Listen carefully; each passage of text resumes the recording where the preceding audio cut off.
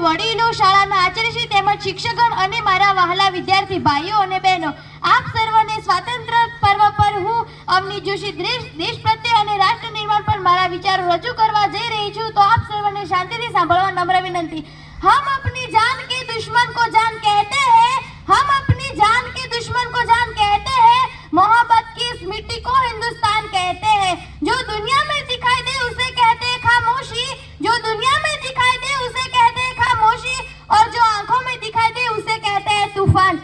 आजादीની લડત 1857 થી થઈ ત્યારે ગાંધીજી, સરદાર પટેલ, જવાહરલાલ નહેરુ, ચંદ્રશેખર આઝાદ, રાણી લક્ષ્મીબાઈ, અહલ્યાબાઈ જેવા દેશવીરોએ દેશ માટે લડ્યા, મર્યા અને ફાંસીના માંચડે ચડ્યા। કારણ કે સમય એવો હતો કે એમને દેશ માટે જીવ આપી દેવો તેમની દેશભક્તિ હતી। હું નથી માનતી કે વોટ્સએપ, ઇન્સ્ટા અને ફેસબુક ને ત્રણેયને રંગોથી ભરવું એ આપણા માટે દેશભક્તિ છે। શું ચપ્પલ પહેર્યા વિના ટ્રાફિક સિગ્નલ પાર કરતા જે તિરંગાઓ વહેંચે છે તેમાં તમને દેશભક્તિ નથી દેખાતી?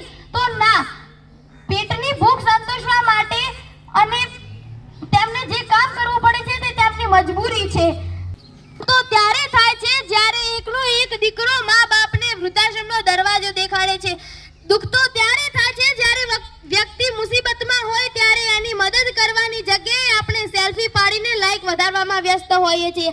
આઝાદી પહેલા મેરા રંગથી બસંતી ચોલા ગીત ગવાતું અને વંદે માતરમનો નારો બોલાતો, ત્યારે અંગ્રેજ શાસન તુફાન મચાવી દેતું, પણ આજે તે તો 4 બોટલ રોજ કા કામ મેરા રોજ કા। આ ગીત હેઠળ ભારતના યુવાન ભાઈઓ નશાખોરી અને ડ્રગ્સ તરફ આગળ વધી રહ્યા છે।